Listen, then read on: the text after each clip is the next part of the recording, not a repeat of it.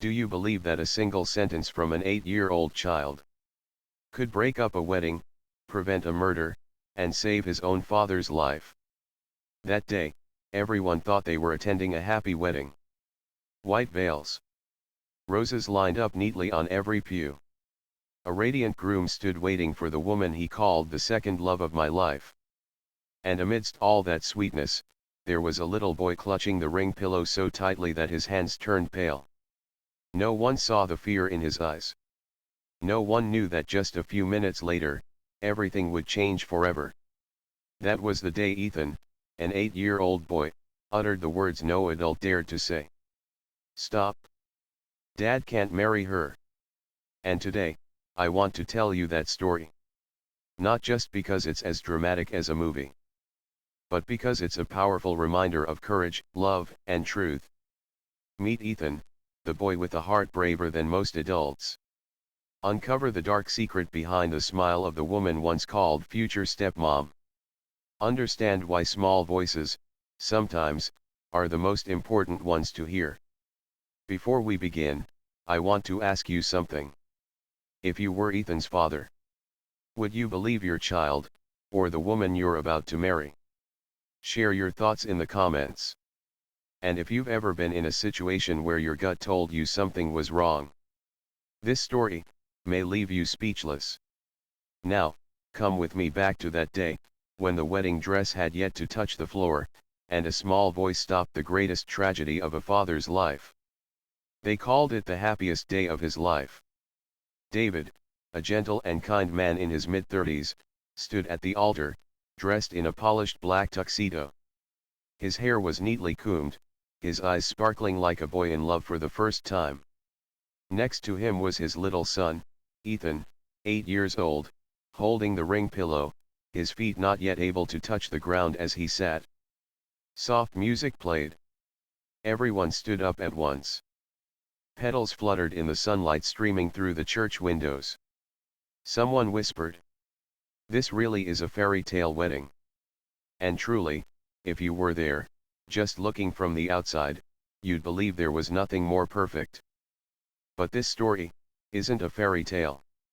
It's the story of a child who sensed something was wrong, and dared to speak up. Isn't it strange? An 8-year-old boy, in a room full of adults, dared to say 3 simple words. Stop the wedding. And in that moment, everything changed. You know, many people still think kids don't understand anything, or are just imagining things. But in a world where adults often hide their feelings behind smiles, it's children who are the first to see the truth. How many times in your life have you felt something's off, but stayed silent out of fear? Ethan didn't. If that boy hadn't spoken that day, this might have been a story about a funeral. No one knows what would have happened if that plan had gone through. But just one moment of courage saved a life.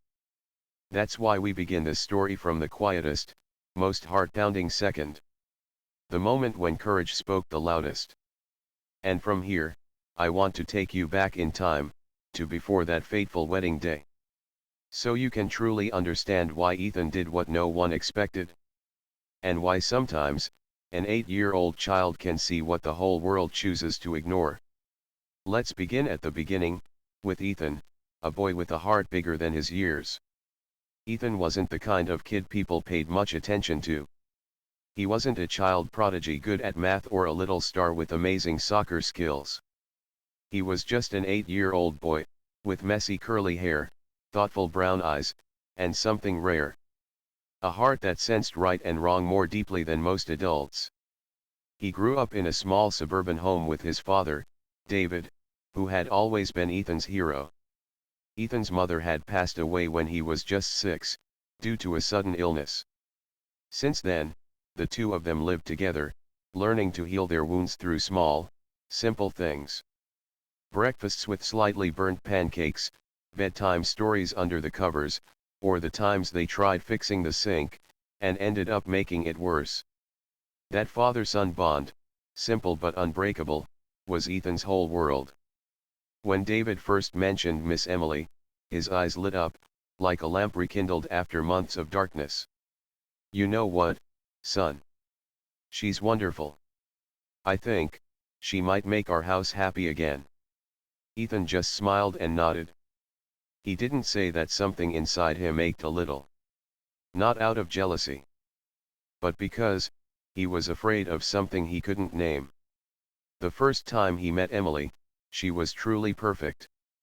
Warm smile, honey sweet voice, and the way she bent down to look at Ethan and said, "You're so cute, just like in the pictures your dad showed me." But then, things began to change. Not loudly. Not clearly.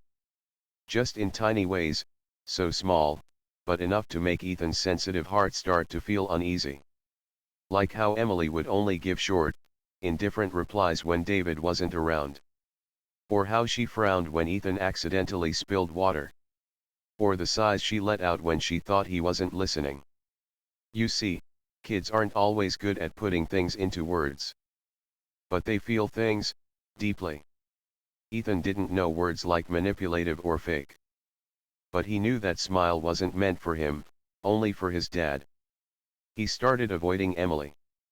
Ate quicker. Spoke less. And at night, he cried quietly, not knowing if it was his fault. That his father was happy, and he wasn't. And here's a small lesson I want to share with you, especially if you're a parent, caregiver, or simply an adult. Children don't need us to be perfect. But they need us to listen. Because sometimes, the things we dismiss as petty are the alarm bells only a child's clear heart can hear. For Ethan, silence was no longer an option. He started watching more closely, listening more carefully, and slowly putting the pieces together.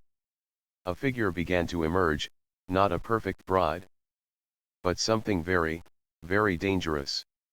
And it was one night, when the whole house was asleep, that Ethan accidentally heard something that made it impossible for him to stay quiet any longer.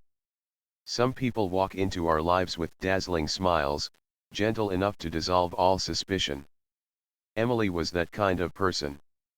From the first meeting, she made David, a lonely father learning to love again, believe that perhaps happiness was still waiting for him. She was gentle, attentive, said just enough to make everyone feel special.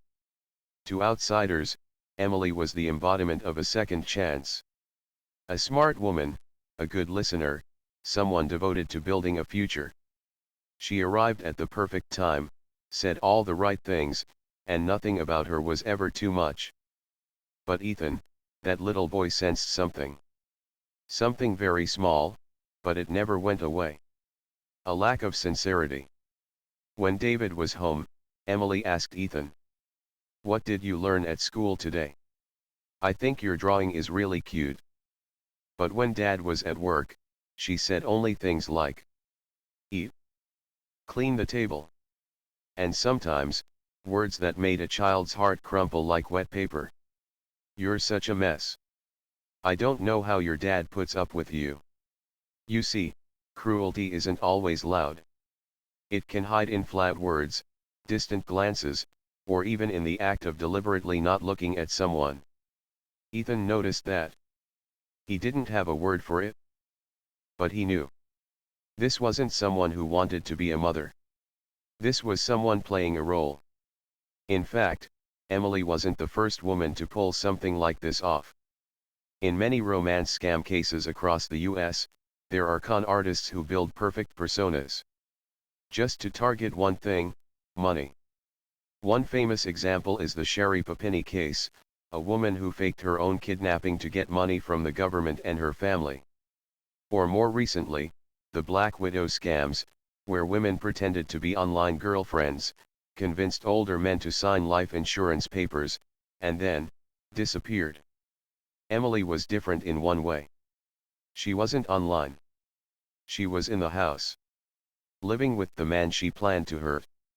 This is a small but vital lesson Ethan learned earlier than many adults. Not everyone who smiles at you loves you. And not everyone who wants to be family, actually sees you as one.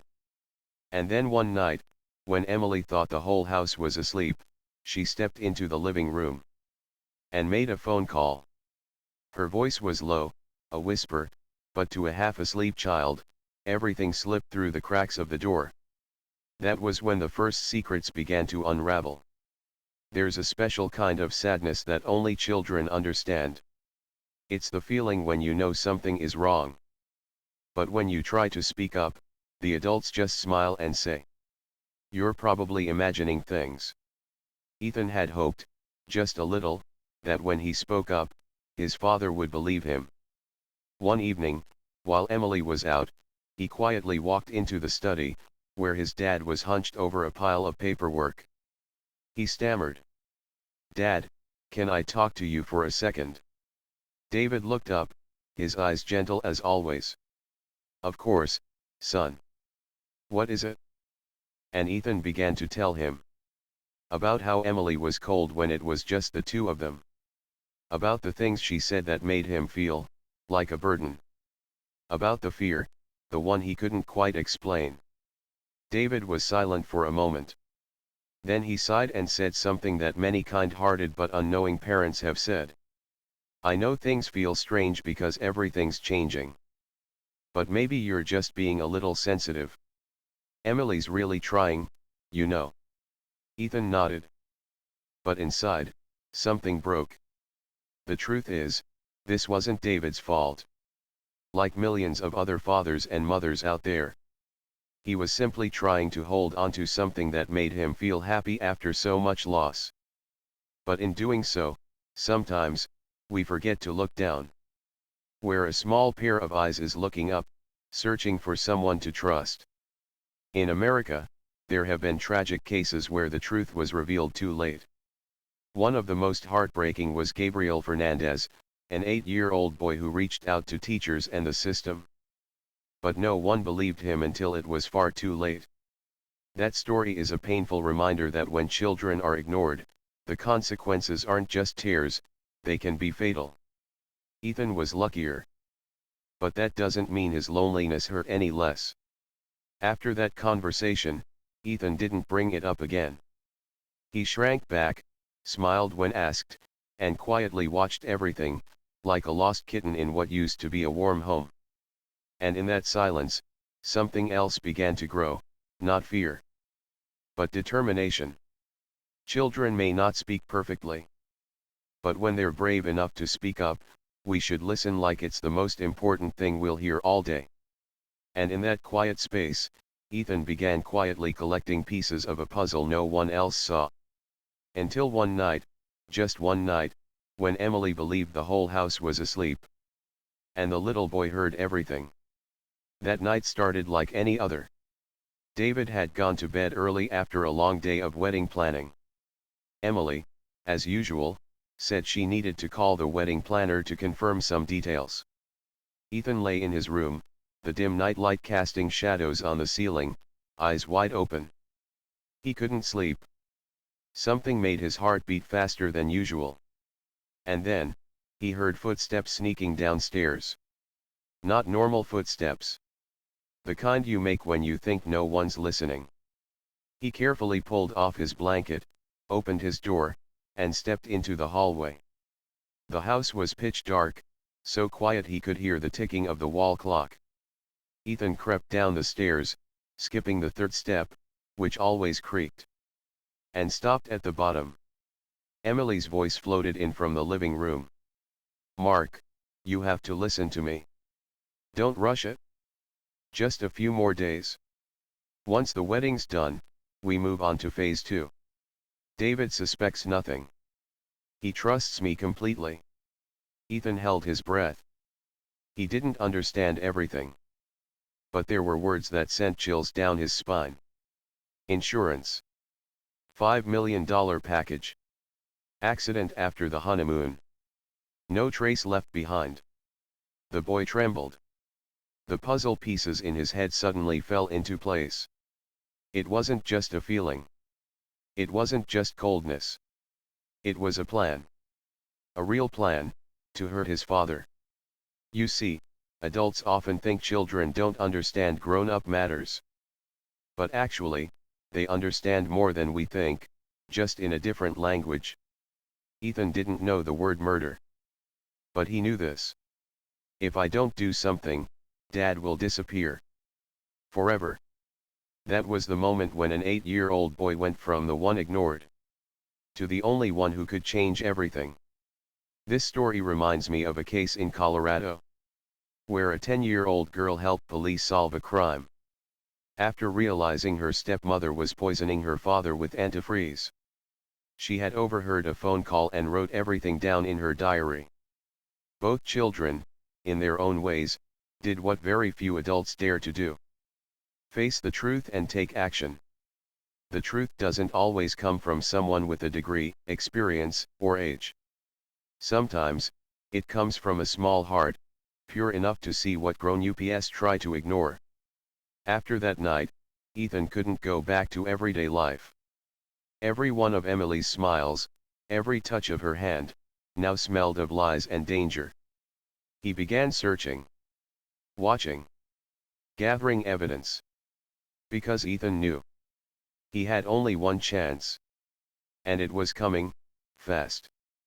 And from that point on, we follow Ethan's journey as he began investigating, in his own way, silently, quietly, like a little detective. That's when everything began to come into sharp focus, no longer just a feeling, but real evidence.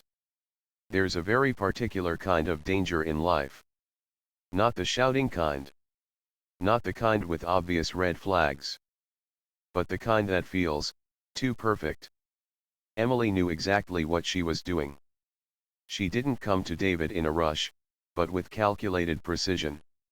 Every word, every gesture, meticulously crafted to make David feel lucky, but not suspicious.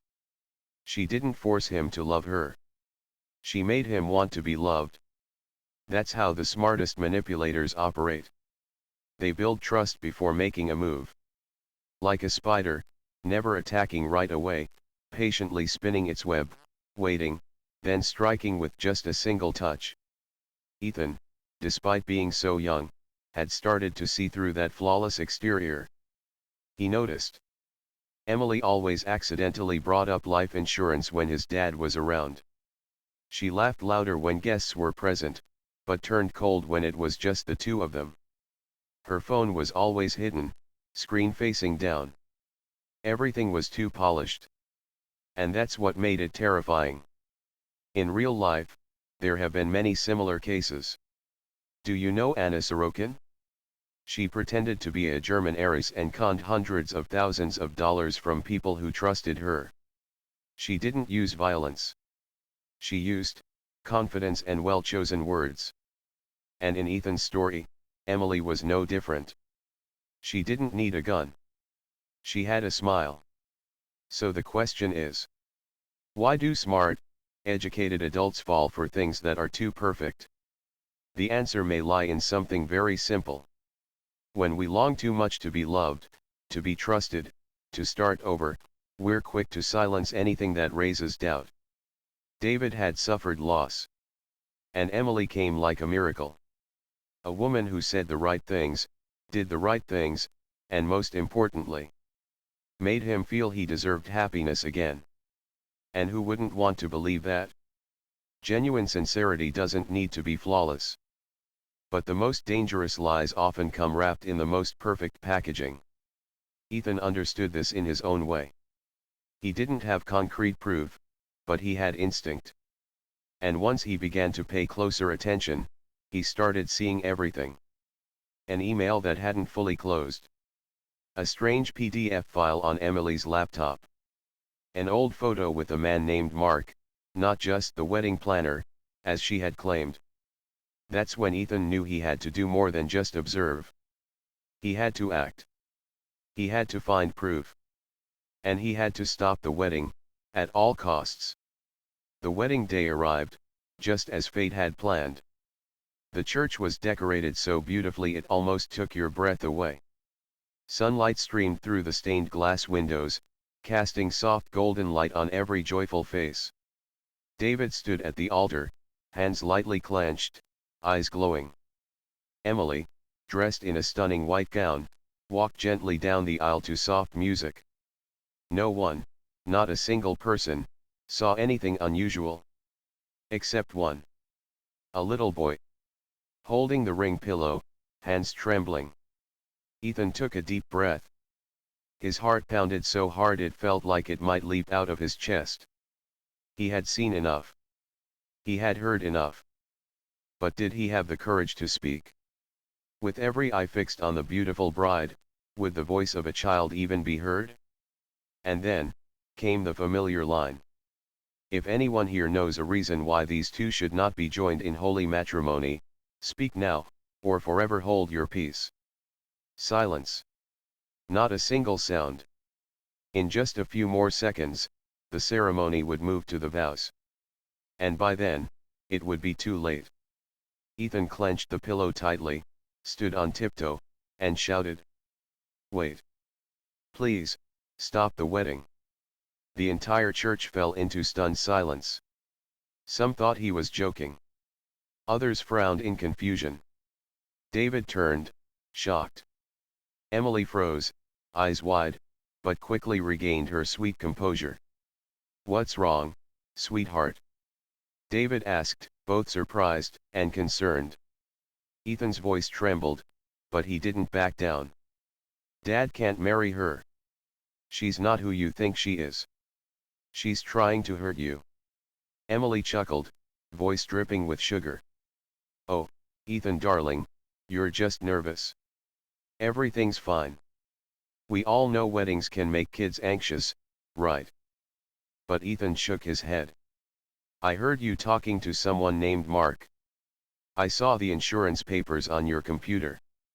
I saw the photo of you and him. You're lying to Dad.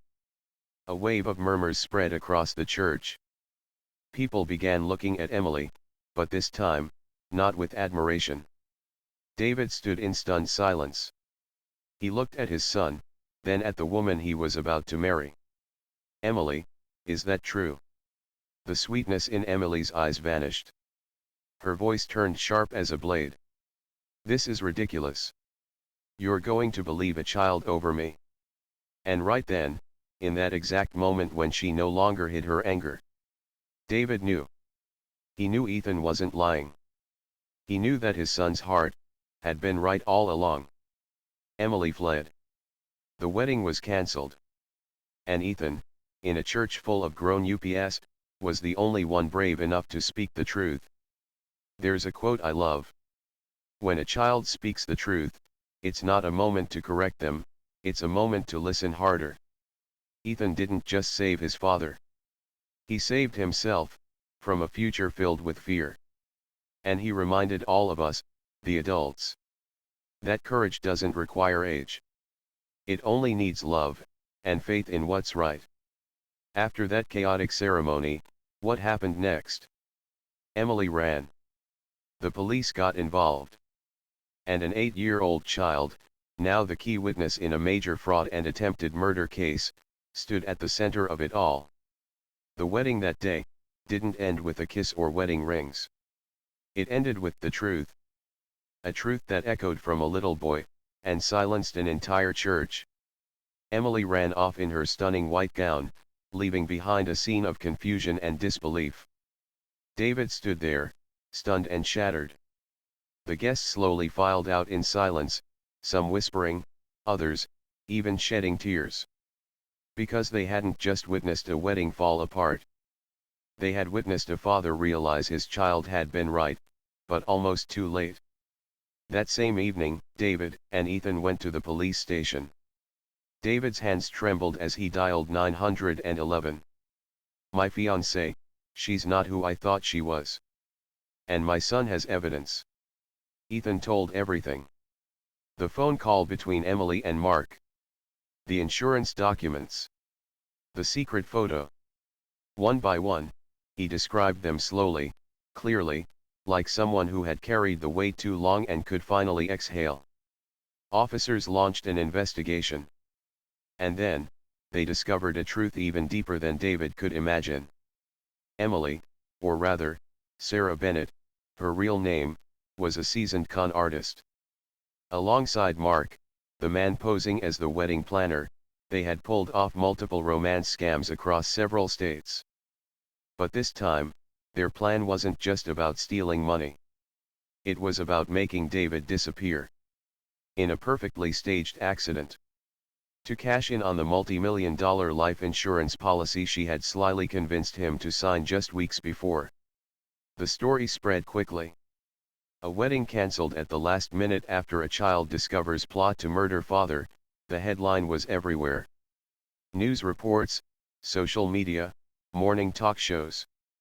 And Ethan, the boy who once felt small, unheard, was now known as the bravest kid in town. As one of the lead investigators would later say.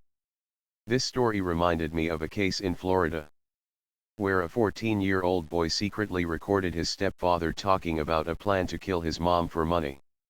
The video became the key evidence that sent the man to prison.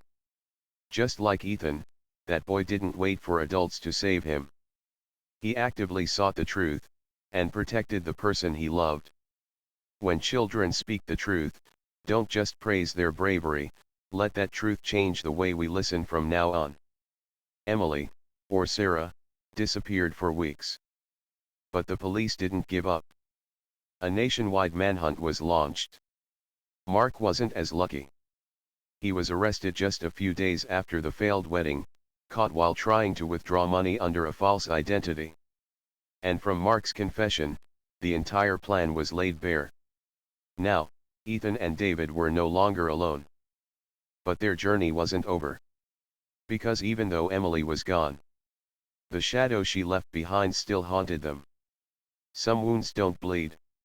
Some cuts go deep inside, quiet and invisible, and take much longer to heal.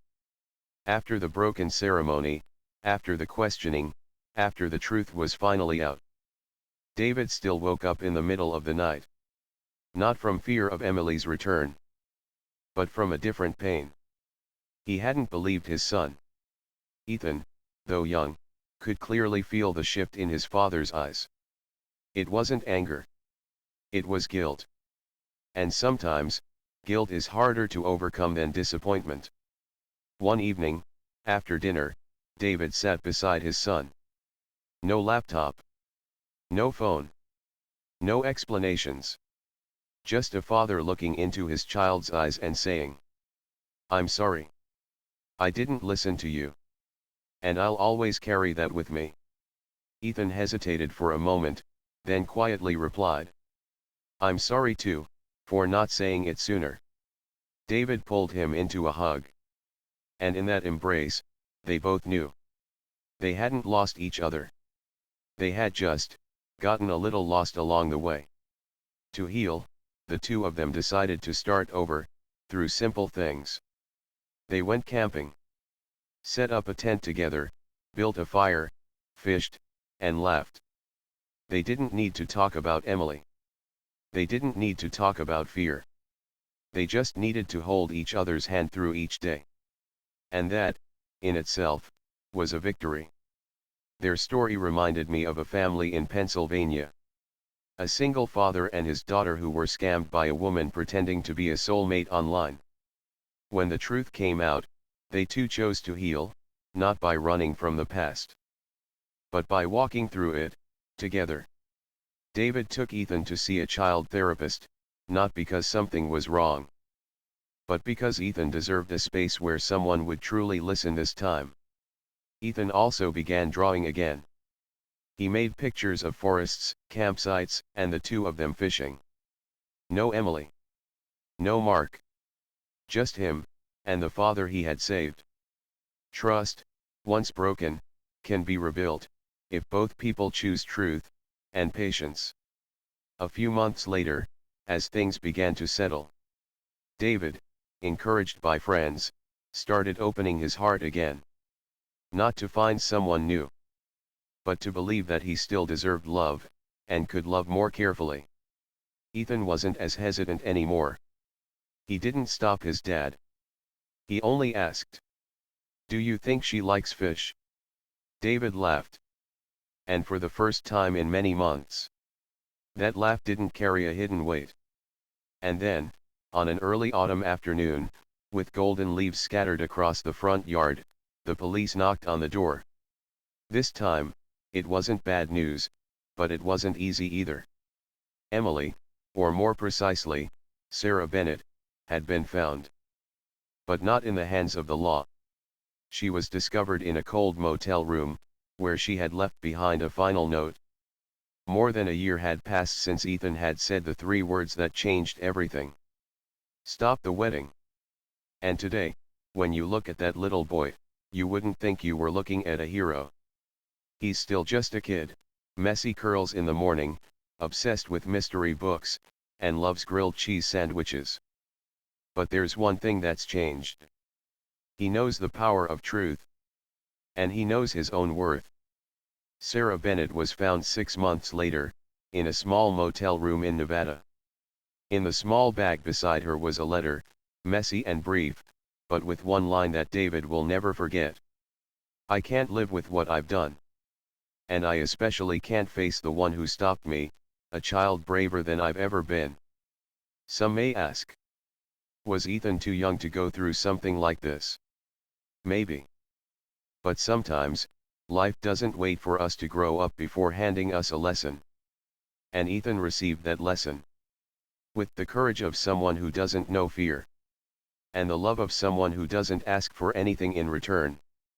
So this story isn't just about a wedding that didn't happen. It's about how one small heart, in a world full of complicated and dishonest adults, still held on to what was right. It's proof that the truth doesn't need to be shouted to be heard. It just needs someone to listen with their whole heart.